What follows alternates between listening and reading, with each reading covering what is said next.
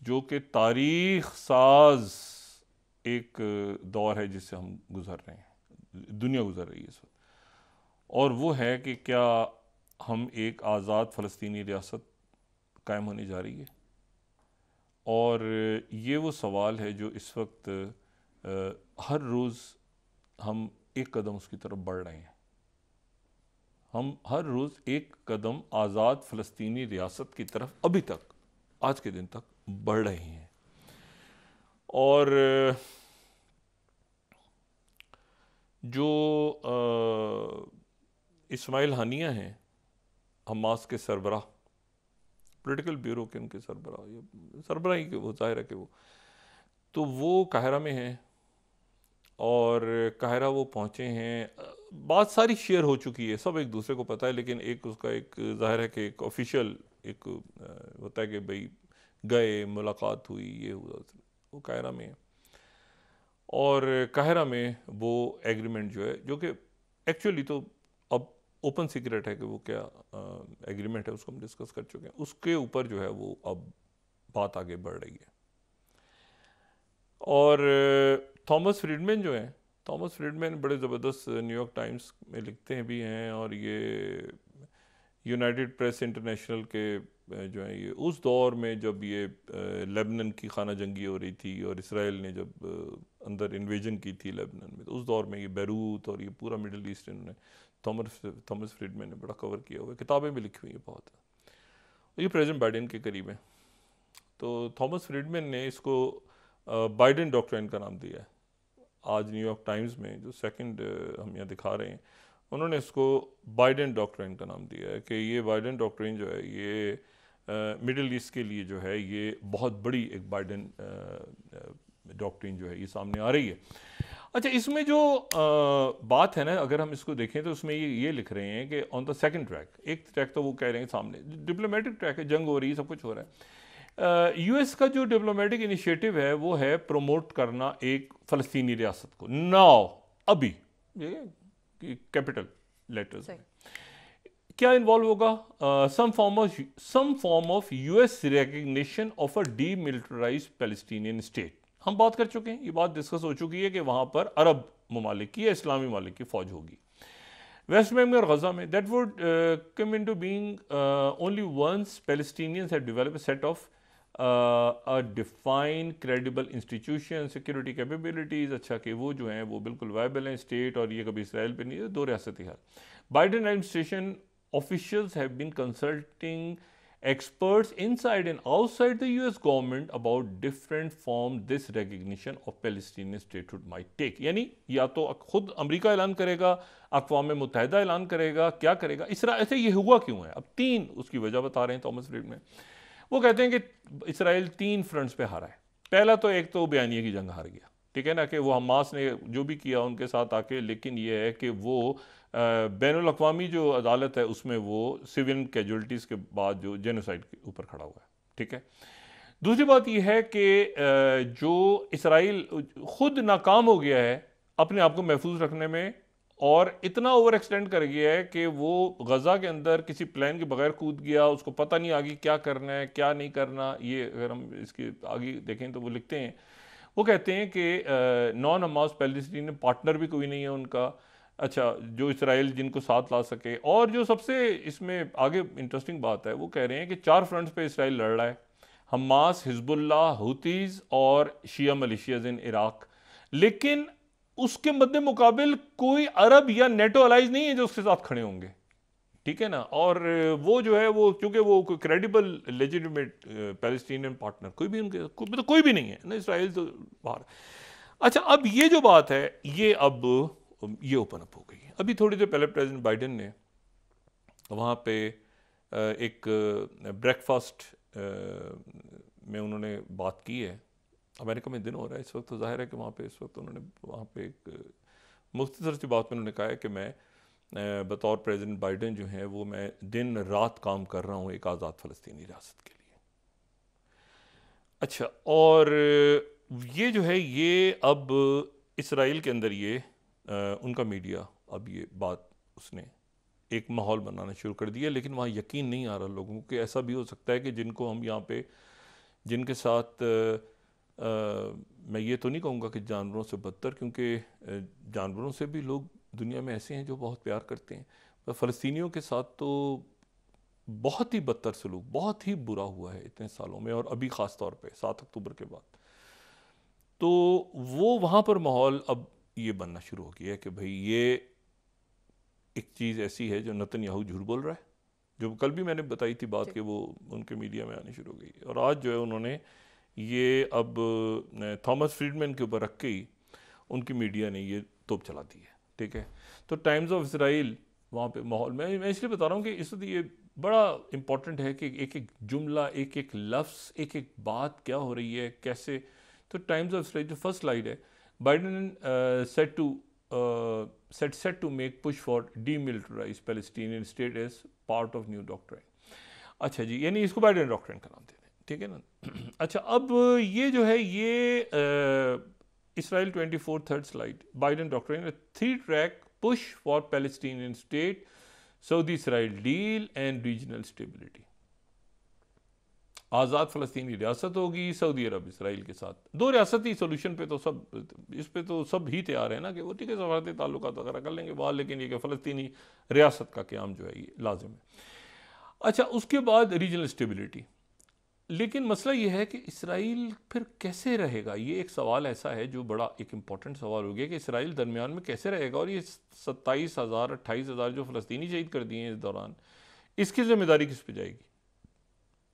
ठीक है, इसकी ज़िम्मेदारी किस पे जाएगी, नेतन्याहू पे जाएगी या इसराइल पे, पूरे इसराइल पे जाएगी, या नेतन्याहू पे जाएगी, या उनके फ़ौज के सरबराह पे जाएगी, किस पे जाएगी। जिसने कहा कि ये मैं जो लॉयड ऑस्टिन ने कहा कि नहीं करो, अमेरिकन ने तो कहा था कि नहीं करो ग्राउंड ऑफेंसिव, वहाँ पर भी एक तबका था ना जो कह रहा था करो, एक तबका तो कह रहा था, फौज कह रही थी कि नहीं करो। कमाल की बात है, इवन सीआईए चीफ कह रहे थे कि ना करो। यानी ये अजीब वहाँ पर एक सिचुएशन बनी हुई थी बाइडेन एडमिनिस्ट्रेशन में कि जो सीआईए चीफ है वो भी डायलॉग के फेवर में थे, और जो ये थे फौज जो है उनकी, वो भी कह रही थी कि ना करो क्योंकि ये गड़बड़ हो जाएगी, ये जंग फैलेगी और नहीं आप। लेकिन वहाँ पर हॉक्स बैठे होते हैं, अच्छा हॉक्स ने, वो शहद की दलदलें हर जगह होती हैं, उन्होंने वो बाइडन को नहीं, ये तो अभी 4 दिन का 5 दिन का खेल है, तो उसमें वो फिर वो मामला ख़राब हुआ। अच्छा, फिर इस तो इसराइल 24 ने भी इसको बाइडन डॉक्ट्रिन का नाम दिया। अच्छा, और ये अब जो उनका जो हारेट्ज है न्यूज़पेपर 4th स्लाइड, वो ये कह रहा है कि अगला चैलेंज जो है वो ये है कि day after ceasefire in Gaza, ये अमेरिकन चैलेंज है। अच्छा, और जाहिर है कि मैं वही बात कह रहा हूँ ना कि अगले दिन क्या होगा, नेक्स्ट डे जो है वो देखें, फ़लस्तीन गज़ा की तो जो सिक्योरिटी है, और गज़ा के अंदर असलहा नहीं होगा, ये भी तय ना कि गज़ा के अंदर भी लोग, क्योंकि लोगों ने तो असला उठाया हुआ है, इसलिए उठाया हुआ है कि भाई वो उनको जो इसराइल के साथ वो लड़ रहे हैं, तो एक दफ़ा अगर उनकी रियासत बन जाती है तो फिर तो एक बाकायदा पुलिस बनेगी, एक उनकी फ़ौज होगी जो कि एक, अभी तो नहीं, आगे जाके कहीं, ठीक है, अभी तो ज़ाहिर है कि अरब ममालिक ही वहाँ जाके देखेंगे, या इस्लामी ममालिक देखेंगे सारे जाके, सऊदी अरब, कतर, यूएई, ये सारे मुल्क उनकी जो अरसर नौ सारी जो तामीर है उसका उसके लिए अदायगी करेंगे, सब कुछ करेंगे सारा। लेकिन सवाल ये कि इसराइल के लिए कौन करेगा। नेटो के मुल्क आएंगे दरमियान में इसराइल को सिक्योर करने, मेरा नहीं ख्याल, या अमेरिकन ट्रूप्स आएंगे या इसराइल को, मतलब अभी इसमें इफ्स एंड बट्स हैं। और इसराइल के एक परमानेंट कैसे होगा सॉल्यूशन, क्योंकि इधर मगरबी देखिए ना, चारों तरफ से एक बड़ा अजीब ज्योग्राफी जो है ना उसने फंसाया। इधर जो है वो मगरबी किनारा है, इधर जो है वो गज़ा है, एक तरफ हिजबुल्लाह अपनी जगह मौजूद है, उधर से वो वल्नरेबल हो गए, हुतीज़ ने मार मार के भूस निकाल दिया है। तो मसला ये है कि वो कैसे इसकी, और फिर इजिप्ट है बैठा है, मिस्र जो है, आखिर में जाते जाते नेतन्याहू ने फिर पंगा ले लिया मिस्र के साथ। और मिस्र जो है वो, मतलब मिस्र और ये आपको बज़ाहिर जो है बड़े, यानी ये होता है ना डिप्लोमेसी में बड़े सॉफ्ट से मुल्क हैं, ये बड़े हार्ड कोर इनकी फ़ौजें हैं। मतलब ये जब बात आ जाए ना स्ट्रेट टॉक करने पे, चाहे जॉर्डन हो, चाहे वो इजिप्ट हो, चाहे वो तो ये फिर बड़ी स्ट्रेट बात करते हैं। अभी जो किया है, अभी उनके शिन बेत का सरबराह जाके माफ़ी वाफ़ी मांग कर आया है वहाँ पे इजिप्ट के अंदर, लेकिन ये जो इन्होंने फिलाडेल्फी कॉरिडोर के हवाले से और बाकी ये बुरा भला कभी कतर की वो टेप लीक कर दिया, आखिर में बड़ी छिछोरी हरकतें की हैं इसने नेतन्याहू ने। तो मसला ये है कि ये तो जो मीडिएट कर रहा था ये उसके ऊपर उसको सुना रहे थे ना बीच में, तो ये तो इन्होंने अपना बिल्कुल सब्र से काम लेते हुए, इजिप्ट ने भी, अब देखिए ना इजिप्ट, ये हुतीज का मामला सबसे ज़्यादा नुकसान किसका, इजिप्ट का हुआ है। लेकिन इजिप्ट ने खामोशी इख्तियार की, कोई बात नहीं की इस दौरान कि जी उसने उन्होंने हुतीज से कहा है कि खोलें आप, हमारा नुकसान हो रहा है, ये हो रहा है, क्योंकि एक लार्जर कॉज है इस वक्त, छोटी छोटी। और उसके नतीजे में वही जो मैंने बात उस दिन की, फ़ायदा किसका हो गया, साउथ अफ्रीका का, जो कि उनको ले गए, इसराइल को ले गए आलमी अदालत में। इशू ये है कि इसराइल की सिक्योरिटी, एक पॉइंट तो ये है इसके। अच्छा, अब आ रहे हैं सेक्रेटरी ब्लिंकन, और जो स्टेट डिपार्टमेंट है उससे उनका, मैं ये देख रहा था कि उनके जो तर्जुमान हैं उन्होंने जो ब्रीफिंग दी है कल रात को, तो उसमें उनसे इस बाकायदा सवाल हुआ, 8 स्लाइड अगर हम दिखा सकें, उनसे ये बाकायदा सवाल हुआ 2 स्टेट सोल्यूशन के हवाले से। उन्होंने कहा कल दोबारा उनसे ये पूछा गया कि क्या सेक्रेटरी ब्लिंकन आ रहे हैं दोबारा, मिडल ईस्ट का दौरा कर रहे हैं, तो उन्होंने कहा कि जी बिल्कुल, ये जो मैथ्यू मिलर हैं उन्होंने कहा कि बिल्कुल वो आ रहे हैं, लेकिन मैं उसका प्रोग्राम वगैरह बता नहीं सकता। फिर इनसे पूछा गया कि अच्छा, इनसे सवाल हुआ कि I guess policy planning would contingency plans in the works include a Palestinian state, ये सवाल हुआ इनसे। तो फिर उसके बाद फिर इनका जवाब आया सामने से, और उसमें ये जवाब ये था कि so what I will say is yes we support the establishment of independent Palestinian state, और इसके लिए हमें हुकूमत के अंदर बाहर बहुत ज़्यादा काम करना पड़ रहा है, हमें रीजन को देखना पड़ रहा है, सब कुछ करना पड़ रहा है, लेकिन ये है कि ये जो ये काम है हम इस पे कर रहे हैं। अच्छा, अब ये जो है ना सारा मामला, ये एक बड़ी, अब आप समझें कि यानी अगले चंद रोज़ जो हैं, आज जो है वो पहले अमेरिका ने अटैक किया हुतीस के ऊपर। हुती से उलझना नहीं चाहिए, हुती से उलझना नहीं चाहिए। और अच्छा, हुतीज जो हैं ये मतलब ये लोग मिक्स कर जाते हैं इनको और जैदिया जो है ना उनको मिक्स कर जाते हैं। जैदिया जो हैं वो पुराना एक मकतब फ़िक्र है, पुराना मतलब सदियों पुराना, और ये बदरुद्दीन हुती तो अभी थे ना 90 की दहाई में, तो हुतीज़ को यानी लोग मिक्स कर जाते हैं आपस में, ठीक है ना। जैसे हमारे यहाँ अक्सर वो कन्फ्यूजन हो जाता है, इस्माइली और आखानी मिला देते हैं, वो इस तरह नहीं, वो जो सेपरेशन है उसको रखना बड़ा ज़रूरी है। बदरुद्दीन हुती तो अभी उनके भाई हैं, मतलब उनको ये 90 की दिहाई में हुती मूवमेंट बनी है ना, तो जैदिया तो एक मसलक है जो पुराना है, ये अलग है। मतलब इसको इस तरह से जो है ना, ये नहीं कि हुती जो है जैदिया होते हैं, जैदिया होती है, इस तरह ऐसे नहीं है। दूसरी बात ये कि कुछ बहुत बड़ी तादाद में हुती ऐसे हैं जो ईरान के ज़ेर असर भी नहीं है, ऐसे भी होती। मैं अपनी पर्सनल इंफॉर्मेशन इंटरेक्शन के तौर पे बता रहा हूँ कि कई होती थे जो ईरान के साथ हैं, कुछ हैं जो नहीं हैं, ऐसे भी हैं। तो ये जो है ना, ये एक बड़ा बहुत, और ये इतना ज़्यादा, ये देखें अभी अमेरिकन कर रहे हैं ना, इन यहाँ रुक जाना चाहिए। उन्होंने किया, जवाब में क्या हुआ, हुती ने फिर अभी थोड़ी देर पहले फिर उन्होंने फायर कर दिया। ये 2015 के बाद अमेरिकन भी तो साथ थे ना, बॉम्बिंग में, इसमें उसमें होती, तो वो नहीं मसला हल हुआ यमन इस वक्त। और ये जब ये बात पीस प्रोसेस की चल रही है ना, तो इस पीस प्रोसेस में भी हुतीज़ ने कहा है कि जी, उन्होंने बयान दिया है कि जी अमेरिका ने चाइना से बात की है कि हमसे बात करें, यानी, और जो चाइना ने तो हमसे बात नहीं की, अमेरिका ने चाइना से, तो मतलब है कि ये एक बड़ी हजीमत है कि जनाब हुतीज़ कह रहे हैं कि चाइना से बात की, चाइना ने तो हमसे नहीं कहा, लेकिन इन्होंने चाइना से कहा। तो इसको होल्ड करें, ये सीज फायर जो है ना, उससे पहले ये जंग नहीं बढ़ी, इसमें बहुत से लोग आएंगे, इसमें बहुत से फैक्टर्स होंगे, प्रेशर भी रखा जाएगा, क्योंकि उसकी वजह क्या है कि वो इसराइल अभी तक नेतन्याहू की जो जाहिरियत है वो बंद नहीं हुई।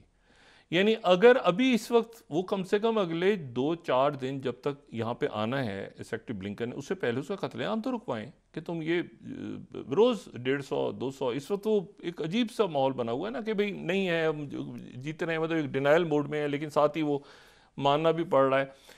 तो ये जो चीज़ें सारी, ये जो है ये अब उनके लिए बहुत बड़ा मसला हो गया है। अच्छा, फिर दूसरी बात, मेरा ये ख्याल था कि नेतन्याहू शायद इसका प्रेशर बर्दाश्त ना कर पाएँ और शायद उनकी हुकूमत गिर जाए, या ख़ुद गिरा दें अपनी हुकूमत कि मैं ये जो है भाई मैंने नहीं साइन करने। अमेरिका ने उनको पकड़ लिया कि नहीं, तुम साइन ये होगा माहिदा तो तुम ही करोगे, तुम्हारी हुकूमत अभी कहीं नहीं जा रही। ये एक नई कहानी हुई है। उन्होंने कहा तुम कहीं नहीं जा रहे। उन्होंने कहा मैं जा रहा हूँ। उन्होंने कहा नहीं तुम इधर ही हो, तुम इधर ही हो। उन्होंने कहा जी मेरे इत्तेहादी दाएं बाजू के इधर उधर हो रहे हैं। अमेरिका ने आंख मारी ऑपोजिशन लीडर, ये मैं आपको सही बता रहा हूँ, उनके ऑपोजिशन लीडर को आंख मारी है। और वो जो लिपिड हैं वो कह रहे हैं कि मैं नेतन्याहू का, मैं तुम्हारे साथ आके मिलने को तैयार हूँ ये होस्टेज डील करवाने के लिए। ये बड़ा कमाल हुआ है। ये नहीं वो नेतन्याहू जो है उन नेतन्याहू से ही करवाना है जो भी करवाना है। मतलब नेतन्याहू अजीब फंस गया है कि जो मुआहदा होगा ये मुआहदा सारा नेतन्याहू से ही करवाना है।